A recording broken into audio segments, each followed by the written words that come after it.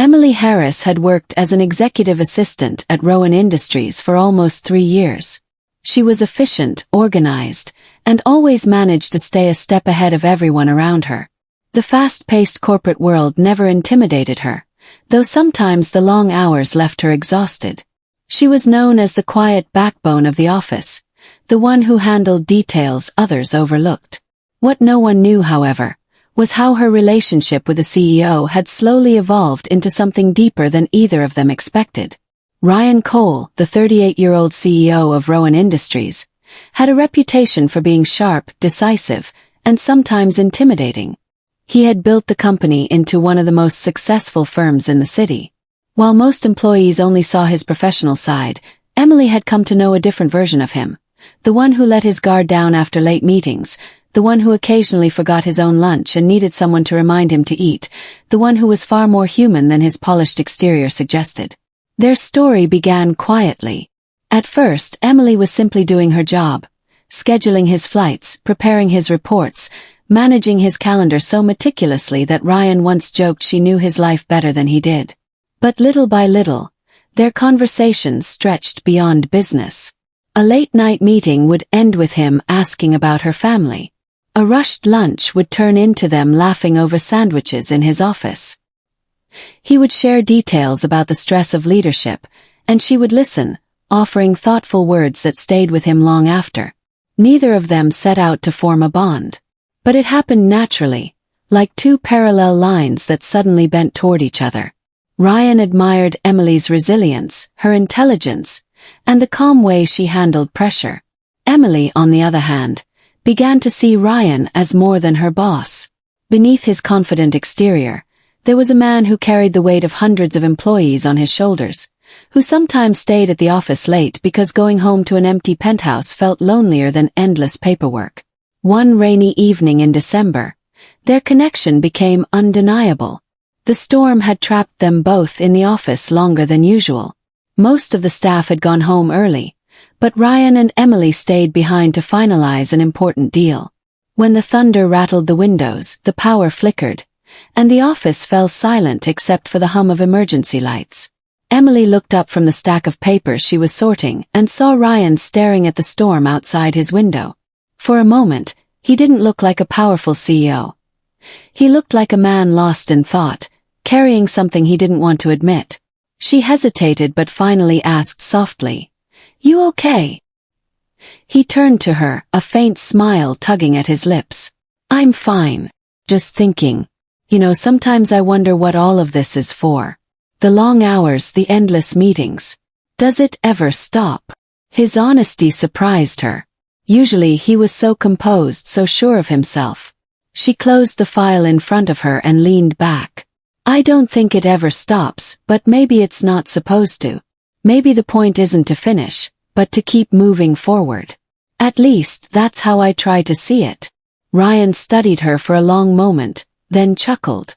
"You always manage to say something that makes me see things differently."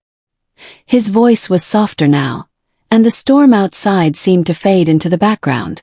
That night something shifted between them. They didn't speak of it, but they both felt it. From then on, their conversations carried a weight they hadn't acknowledged before. Their glances lingered a little longer. Their laughter came a little easier. Still they were careful. Ryan was her boss, and Emily valued her career too much to risk it on something uncertain. Ryan, too, understood the consequences if anyone in the company found out. But emotions don't always obey reason.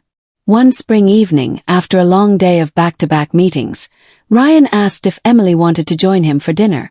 "Not a business dinner," he clarified quickly, as if reading her mind. "Just dinner." Emily hesitated but eventually agreed.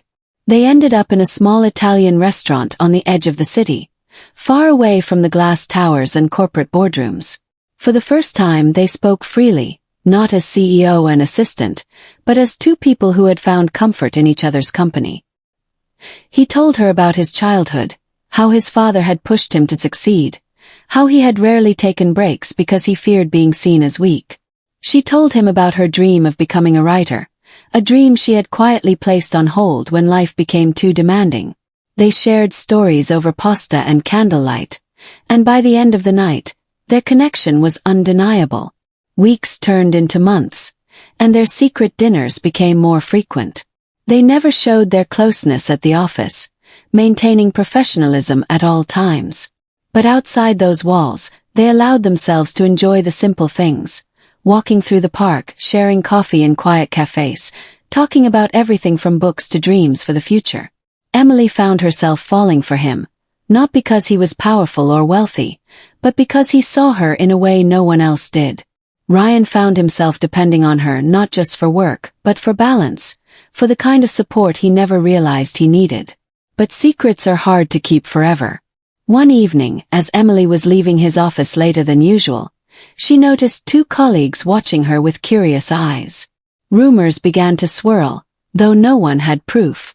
Emily grew anxious, afraid her reputation would be ruined. She even considered ending things, but Ryan wouldn't let her. "Emily," he said one night, his tone steady, "I don't care what people think. You matter more to me than gossip. If this costs me something, I'll accept it."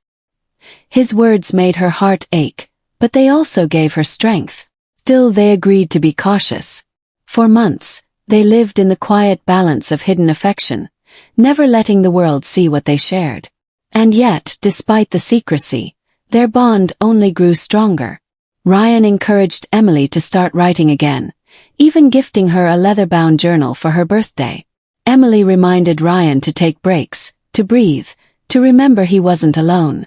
They became each other's anchor in a world that often felt overwhelming. Years later, when Ryan eventually stepped back from the company, people were stunned when he and Emily appeared together publicly for the first time.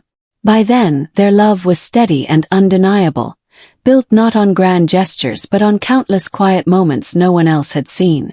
Their story wasn't about office scandal or forbidden passion. It was about two people who had found each other in an unexpected place, who had chosen to protect their bond until the world was ready to accept it. The assistant and the CEO. A romance no one knew about. Until it became the kind of love story that everyone admired.